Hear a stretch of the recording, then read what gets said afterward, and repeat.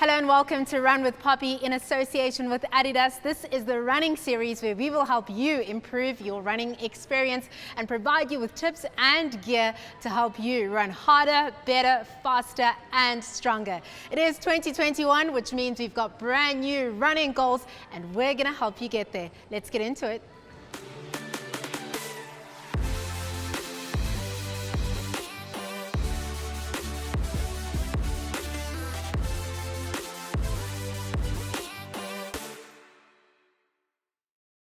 Hello and welcome to another episode of Run with Poppy in association with Adidas. Today on the show we're hanging out with KJ, who's part of the Adidas runners in Johannesburg.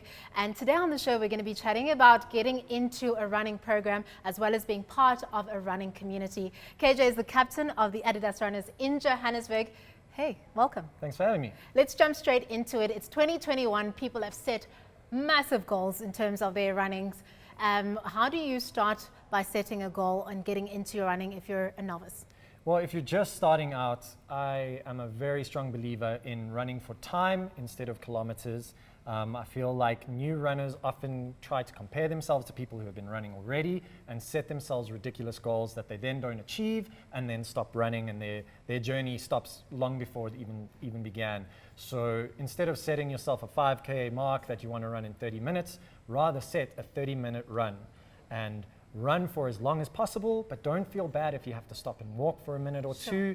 Run again. If you're doing 30 seconds of running, a minute of walking to start out with for the first week. In the next week, maybe you do 31 seconds of running and 1 minute of walking. Each time you do it, try and lessen the amount of time you are walking and increase the amount of time you're running until you're running for that full 30 minutes. Then maybe increase the time, so run for 45 minutes. You know, you'll start walking a few bits in between again, but you're still making that progress that, you know, is so important for those micro goals that we need to set, as opposed to those massive in the distance goals that we're looking for. I absolutely love that, because I've always run for chased kilometers, but I love that advice that you're giving. Let's chat about intermediate runners. What advice would you give them?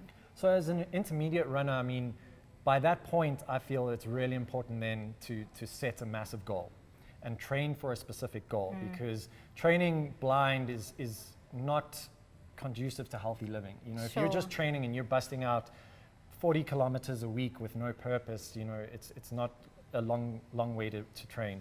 So set a goal, enter a race. You know, maybe it's a 21 kilometer race or a 42 kilometer marathon that you now are going to train for. If it's a 42 kilometer race, maybe do a bit of research, but on average you want to be putting in maybe 30 kilometers a week, you know, or 100 kilometers a month to train for that marathon. Yeah. Absolutely awesome. Now you're captain of the Adidas runners in Johannesburg, a great community. For people who don't know what the Adidas runners do, enlighten us. Cool. So Adidas Runners is an international running community. It's probably one of the biggest running communities in the world. It's completely free to join. All you have to do is download the app off of your Play Store or iTunes. It's the Adidas Running app by Runtastic.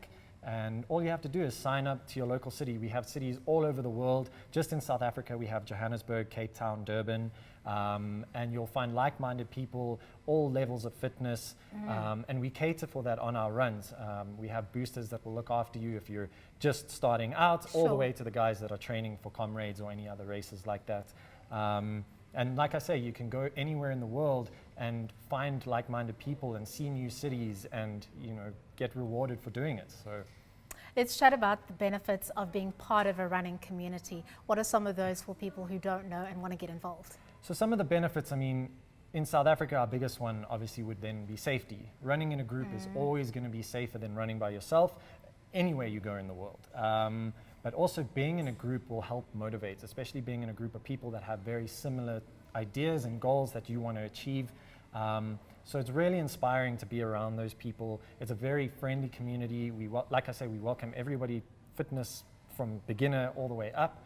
And it takes you to that next level. I mean, before I was part of the team, I was training for comrades, and I hit a wall, and I was training by myself, and I couldn't get past that barrier, and started losing momentum, found Adidas Runners, and being with the community, like all of a sudden I was running faster than I thought I could, or further than I thought I was, you know, because you get stuck in a conversation with someone on the road, or so it's really, really important to have that camaraderie.